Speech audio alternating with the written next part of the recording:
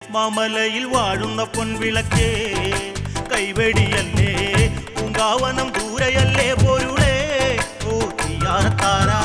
മാമലയിൽ വാഴുന്ന പൊൻവിളക്കേ കൈവെടിയല്ലേ പൂങ്കാവനം ദൂരയല്ലേ പൊരുളേ ഓ തീയാറത്താര.